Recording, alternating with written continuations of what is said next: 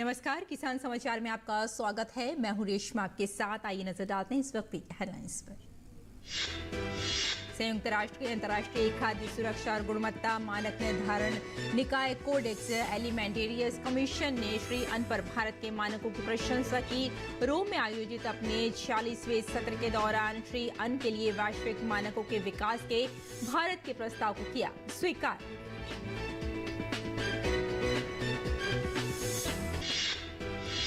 पूर्वोत्तर राज्य नागालैंड के महत्वपूर्ण हॉर्नबिल महोत्सव के 24वें संस्करण का हुआ शुभारंभ। इस वर्ष के महोत्सव के लिए अमेरिका, जर्मनी तथा कोलंबिया है भागीदार देश और असम भागीदार राज्य।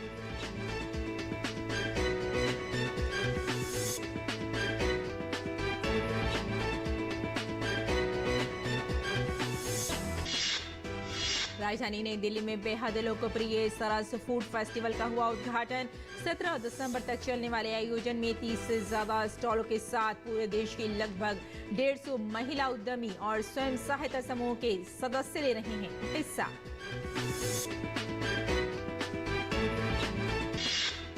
तूफान मिचोंग के असर से तमिलनाडु, पुडुचेरी समेत कई राज्यों में भारी बारिश की आशंका। तमिलनाडु के कई जिलों में चेतावनी जारी। मछुआरों को समुद्र में नहीं जाने की चेतावनी जारी।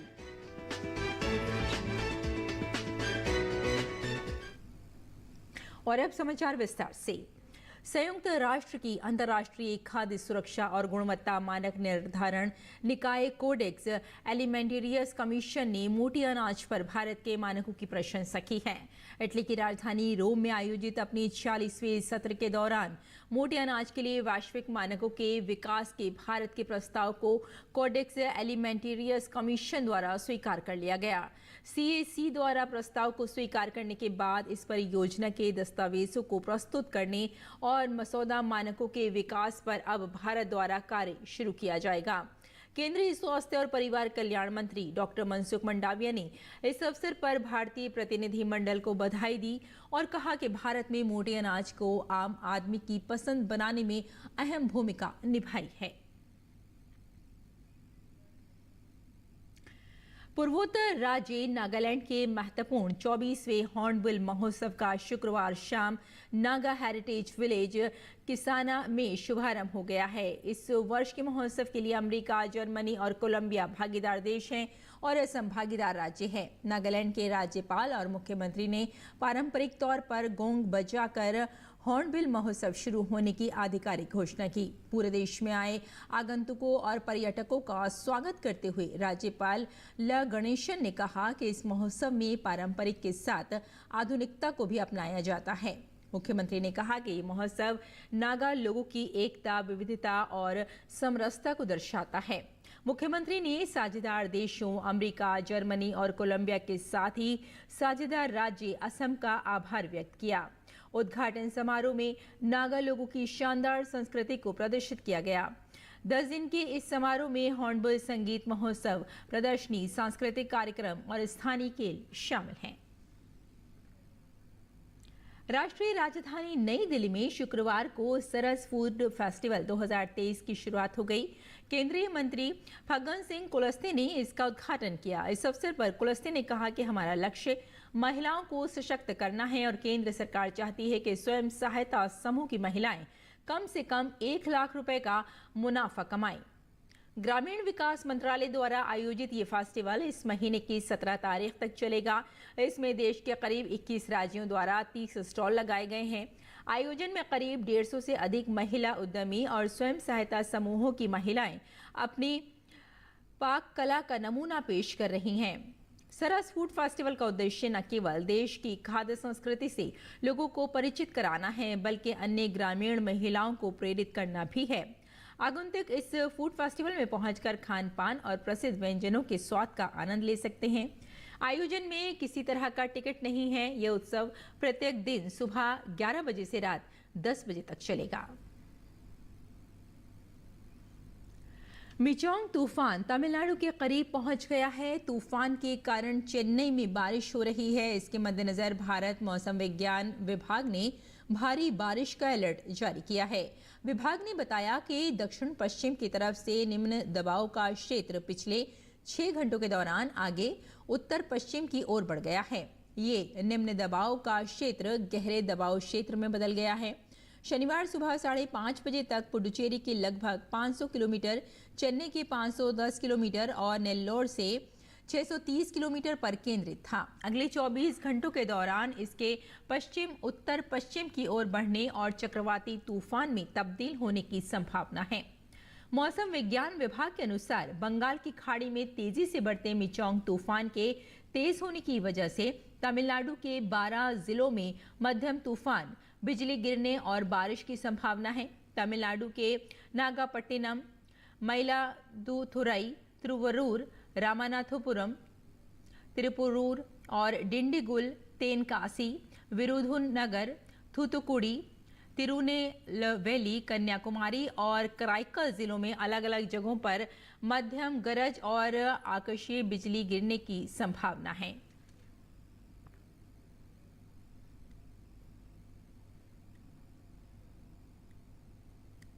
और तमिलनाडु में चक्रवाती तूफान की आशंका के बीच मुख्यमंत्री एम.के. स्टालिन ने शुक्रवार को सभी संबंधित अधिकारियों को चक्रवात से प्रभावित होने की संभावना वाली जगहों से लोगों को निकालने समेत एहतियाती कदम उठाने का निर्देश दिया।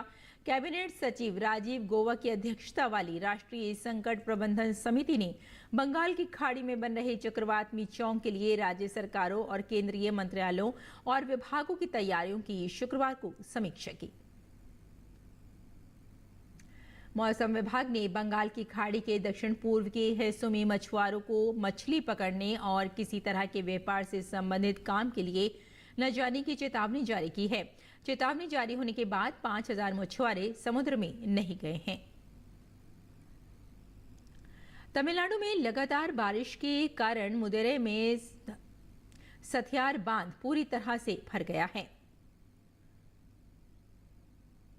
पुडुचेरी सरकार ने चक्रवात मिचोंग के मद्देनजर 4 दिसंबर को पुडुचेरी, कराईकल और यनम क्षेत्र के सभी कॉलेजों में छुट्टी घोषित की है।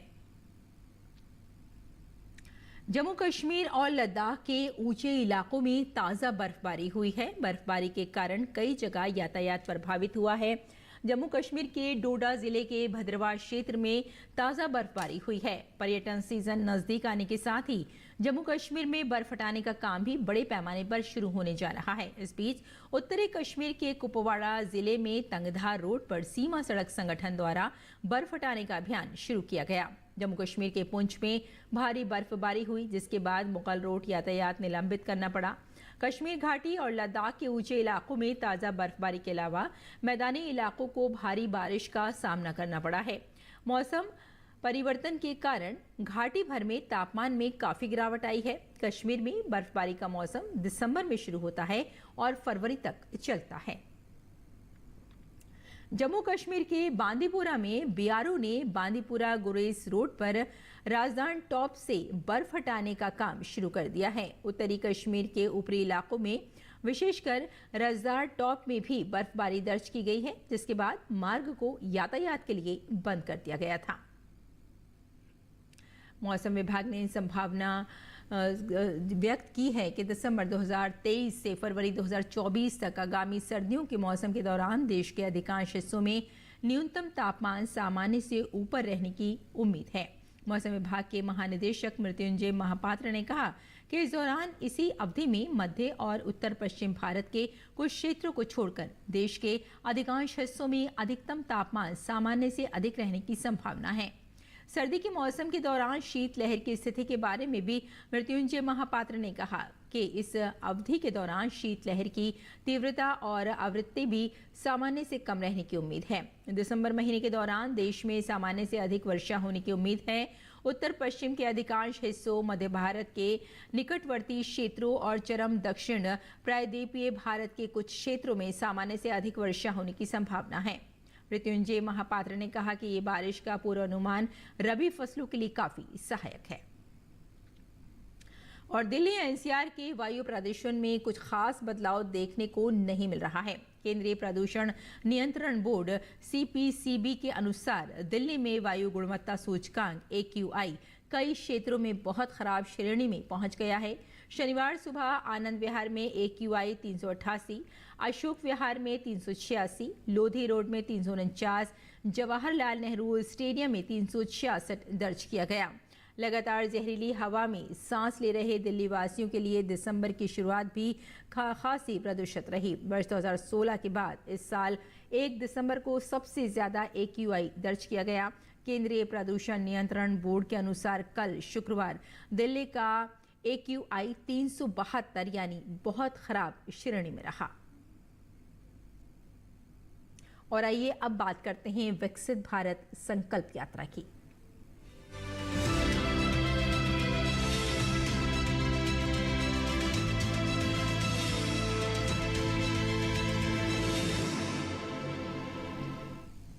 विकसित भारत संकल्प यात्रा कार्यक्रम के तहत संकल्प यात्रा रथ उत्तर प्रदेश के मुरादाबाद जिले की शाहपुर मुबारकपुर पंचायत के ग्राम कुचावली पहुंचा। यहां ग्रामीणों ने संकल्प यात्रा रथ के माध्यम से सरकार के द्वारा चलाई गई योजनाओं की जानकारी प्राप्त की। इस दौरान सरकार की महत्वाकांक्षी योजनाओं लाभार्थियों ने मेरी कहानी मेरी जुबानी के माध्यम से अपने विचारों को भी साझा किया। मैं काम करता हूँ चक्की पे, आटा पीस कर लेता हूँ, काम करता हूँ। मेरा बुखार आ गया था तो मैं 4-5 दिन भर्ती रहा हूँ। समूह से जुड़ के मुझे बहुत फायदे हैं। समूह में जुड़ के हमने बहुत ज़्यादा आगे बढ़ गए हैं। हमारी स्थिति पहले बहुत ख़राब थी और अब जो हमारी स्थिति बढ़िया है। हमने ट्रैक्टर भी खरीदा है समूह से पैसे लेके और हमें 15-20 हज़ार महीने के कमा लेते हैं उससे। और समूह से जुड़ के हमें ब्लॉक वालों ने छोटी मोटी मतलब नौकरी भी दी है ICRP की। जैसे किसी को शौचालय मिला है और पुष्टाहार का काम मिला है मेरे समूह में, और राशन डीलर का भी यह काम दिया गया है, और जैसे पशुपालन और बकरी पालन, ये सारा समूह मेरा काम करता है। मुरादाबाद जिला अधिकारी ने लाभार्थियों को प्रशस्ति पत्र वितरित करते हुए कहा कि विकसित भारत संकल्प यात्रा के अंतर्गत प्रचार वाहन द्वारा प्रत्येक ग्राम पंचायत स्तर पर सरकारी योजनाओं का व्यापक प्रचार प्रसार किया जाएगा। इस कार्यक्रम के माध्यम से अवसर मिला है कि जो पात्र लाभार्थी छूट गए हैं उनको सम्मिलित किया जा सके। जो हमारी जो सरकार की स्कीम्स जो चल रही हैं विभिन्न, उन स्कीम की समीक्षा होगी। जो पात्र होंगे, जो छूटे हुए पात्र होंगे उनको योजना में शामिल किया जाएगा और जो अपात्र होंगे उनको उनके नाम हटाए जाएंगे। और ये इस तरह कार्यक्रम पूरे 26 जनवरी तक पूरे जनपद में चल रहा है। हमारे जनपद में 5 वैन आनी है, अभी 2 आई हैं, इसमें 4 वैन जो है वो ग्रामीण क्षेत्र में रहेंगी और 1 वैन जो है वो अर्बन एरिया में रहेगी। इस तरह जो ये कार्यक्रम, इस कार्यक्रम में जितनी भी हमारी स्कीम्स हैं उनका सभी का एक नए सिरे से उसका सर्वे किया जाएगा और जो पात्र छूटे हुए उनको आधे से अधिक पात्रों को शामिल किया जाएगा। वाराणसी में किसानों के उत्पादों को अब पंख लग गए हैं और इसका श्रेय काशी के सांसद और देश के प्रधानमंत्री नरेंद्र मोदी को जाता है। कुछ दिन पहले गेंदे के फूल और सिंघाड़े दुबई भेजे गए थे। अब इसी कड़ी में आलू की पहली खेप दुबई भेजी जा रही है। ये आलू काशी का आत्मनिर्भर भारत लिखा हुआ है, सोच भी है यहाँ के सांसद और देश की प्रधानमंत्री, उसी को रूप दे रहे हैं। किसान हैं, युवा किसान अभिषेक जी, ये पहली खेप है आलू की जो विदेश जा रही है। सबसे पहले हमने सर सैंपल डाला, यहाँ से दुबई के लिए हमने सैंपल डाला। सैंपल के लिए हमारे पास ये दुबई देखते हैं, हमारी एक टीम के मेंबर है जो दुबई देखते हैं, उन्होंने वहाँ पे जनरेट कराया सैंपल को कि हमारे यहाँ की लोकल जो प्रोड्यूस ये पोटैटो है, इसकी कुछ वैरायटी है। इन्होंने बोला कि आप ये पर्टिकुलर वैरायटी की डिमांड है, ये पर्टिकुलर वैरायटी बताइए, अगर मिल सकती है तो फिर हम लोग उसको आगे जनरेट करते हैं। तो एक बार सैंपल दाना तो हमारा सैंपल उधर पास हो गया। ये हुआ कि नहीं, आप लोग इसको कंटिन्यू मुझे दे सकते हैं। फिर ये हमें एपीडा के सहयोग से फिर हमें ये हुआ कि नहीं, आप लोग अगर पोटैटो डाल रहे फर्स्ट टाइम इधर आपने जो वर्क किया है, या फिर हमारे लोकली किसानों का ये सारा पोटैटो है, तो ये हमारे एपीडा के director doctor CV Singh sir को भी हमने इन्फॉर्म किया और उन्होंने एक प्रोग्राम को ऑर्गेनाइज कराया कि नहीं, अगर इस तरीके का अगर ये लोकल प्रोड्यूस वेजिटेबल अगर ये गल्फ के लिए जाने लगे तो बहुत बेटर चीज़ है। अभी तक क्या हो रहा था कि हमारे यहाँ ये इंडिया से पोटैटो एक्सपोर्ट नहीं हो रहा था। ये पहला शिपमेंट है जो इंडिया से पोटैटो एक्सपोर्ट हो रहा है ये गल्फ कंट्रियों के लिए। एपीडा माध्यम है किसानों को जोड़ने का, लेकिन इसको उड़ान देने का काम एयर इंडिया एक्सप्रेस कर रहा है। विक्रांत सिंह हैं, स्टेशन मैनेजर हैं वाराणसी में। मैं ये पूछना चाहूँगा कि ये आलू की पहली खेप आप भेज रहे हैं, तो इसको आप लोग कैसे, कहाँ भेजेंगे और कैसे जाएगा ये, और किसानों को किस तरह से और आप मदद कर पाएंगे? हमारी 122 टन का कार्गो नवंबर मंथ में हुआ है, तो हम चाह रहे हैं यहाँ से जो एफसीओ हैं उन्हें ज़्यादा से ज़्यादा स्पेस में दिया जाए, ताकि जैसे आज आलू जा रहा है, कल कुछ नया चीज़ जा सकते हैं यहाँ से। तो इसीलिए हमें अपना स्पेस बढ़ाने के लिए हम अपनी हेड ऑफ मैनेजमेंट से बात करेंगे इस चीज़ के लिए कि बनारस से एक और फ्लाइट शुरू की जाए, जिसके माध्यम से हमें थोड़ा सा और स्पेस मिले और हमारे एफपीओ को थोड़ा सा मदद मिले, एक्सपोर्टर को मदद मिले, ताकि ज़्यादा से ज़्यादा निर्यात यहाँ से हो सके। हमारे किसान आत्मनिर्भर बन रहे हैं, खुद बन रहे हैं, और इस स्लोगन को चरितार्थ कर रहे हैं, आत्मनिर्भर भारत। कैमरा पर्सन मनीष सिंह के साथ doctor Rikesh Bahadur Singh Gautam, DD News, Varanasi airport. और आइए अब जानते हैं कि देश भर की मंडियों में क्या रहा भाव।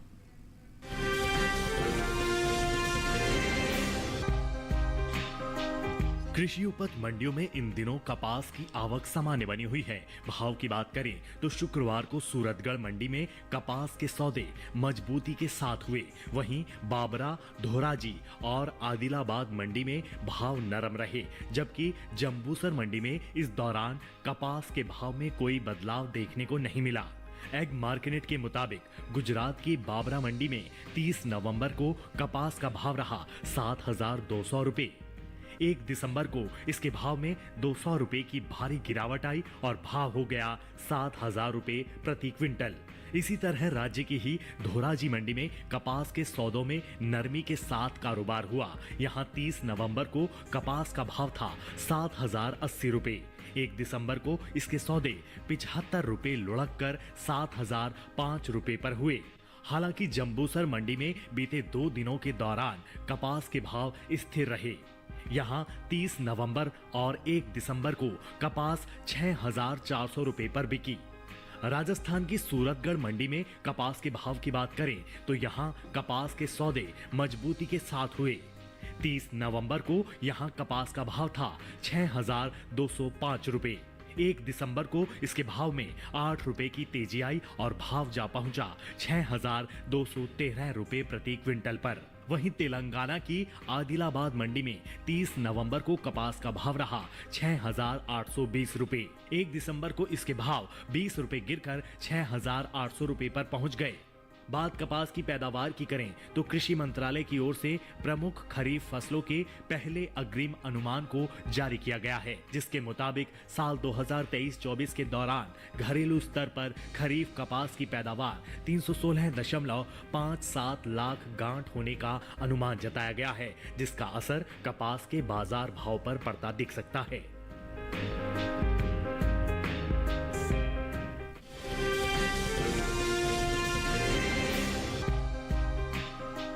शुक्रवार को गुजरात की ज्यादातर मंडियों में अरंडी की आवक देखने को मिली। भाव पर नजर डालें तो 1 दिसंबर को राजकोट मंडी में अरंडी के भाव में तेजी रही, जबकि जंबूसर मंडी में इस दौरान अरंडी के भाव में कोई बदलाव नहीं हुआ। एग मार्केट के मुताबिक गुजरात की दीसा मंडी में 30 नवंबर को अरंडी का भाव रहा 5,980 रुपए। 1 दिसंबर को इसके भाव में 25 रुपए की गिरावट आई और भाव 5,955 रुपए पर आ गया। राज्य की ही हलवद मंडी में इस दौरान अरंडी के सौदों में नरमी के साथ कारोबार हुआ। यहां 30 नवंबर को अरंडी का भाव था 5,950 रुपए। 1 दिसंबर को इसके सौदे 75 रुपए लुढ़क कर 5,875 रुपए पर हुए। हालांकि जंबूसर मंडी में बीते 2 दिनों के दौरान अरंडी के भाव स्थिर रहे। यहां 30 नवंबर को और 1 दिसंबर को अरंडी 5,600 रुपए पर बिकी, जबकि राजकोट मंडी में 30 नवंबर को अरंडी का भाव था 5,825 रुपए। 1 दिसंबर को इसके सौदों में 25 रुपए की तेजी आई और भाव जा पहुंचा 5,850 रुपए प्रति क्विंटल पर। गुजरात की दूसरी मंडियों में अरंडी के भाव पर नजर डालें तो यहां सेमी मंडी में शुक्रवार को अरंडी का भाव रहा 5,900 रुपए। वाव मंडी में भाव रहा 5,630 रुपए। अमरेली मंडी में अरंडी 5,625 रुपए पर बिकी, जबकि राज्य की ही पालनपुर मंडी में इस दौरान अरंडी के सौदे 5,887 रुपए पर हुए। बता दें कि इस साल घरेलू स्तर पर अरंडी की पैदावार में बढ़त का अनुमान है। कृषि मंत्रालय के तीसरे अग्रिम अनुमान के मुताबिक साल 2022-23 के दौरान खरीफ अरंडी की उपज 18,70,000 टन होने की उम्मीद है, जबकि साल 2021-22 में अरंडी की पैदावार 16,19,000 टन रही थी। यानी इस साल देश में अरंडी की उपज बीते साल के मुकाबले 2,63,000 टन ज्यादा हो सकती है, जिसका असर अरंडी के बाजार भाव पर पड़ता दिख सकता है।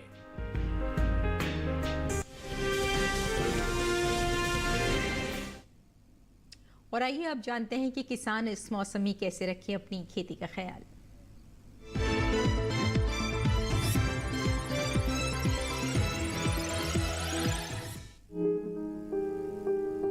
पंजाब में गेहूं की बुआई करें, यहीं गन्ने के खेत से खरपतवार निकालें। किसान सरसों की रोपाई कर सकते हैं, सरसों के खेत में सिंचाई करते रहें। वहीं फूल गोभी की रोपाई के लिए समय उचित है। इसके साथ ही पालक की बुआई कर लें। पंजाब में मेथी भी बोएं। अभी धनिये की बुआई करते रहें, यहाँ शलगम की बुआई कर लें। साथ ही गाजर की बुआई कर सकते हैं। गाजर के खेत में सिंचाई करते रहें। वहां के किसान आलू की रोपाई कर लें, आलू के खेत में सिंचाई करते रहें। पंजाब में बैंगन की बुआई के लिए खेत तैयार करें। इस समय लाल मिर्च की बुआई के लिए भी खेत तैयार कर सकते हैं। उत्तर प्रदेश में तिल की बुआई कर सकते हैं, यहीं गेहूं की बुआई कर लें। साथ ही लहसुन के खेत में सिंचाई करें, लहसुन की रोपाई कर लें। इसके अलावा टमाटर की बुआई के लिए नर्सरी तैयार करते रहें। उत्तर प्रदेश में काबुली चने की बुआई कर लें। किसान मूंग और सरसों की बुआई कर सकते हैं। सरसों के खेत में निराई करें, वहां धान की कटाई करते रहें। उत्तर प्रदेश में गन्ने की रोपाई कर लें। इस समय आलू की रोपाई कर सकते हैं, यहाँ हल्दी की रोपाई करते रहें। वहीं पालक और धनिये की बुआई करें। अभी मेथी भी बोएं। उत्तर प्रदेश के किसान पपीते की रोपाई कर लें, यहीं पपीते के खेत में सिंचाई करते रहें।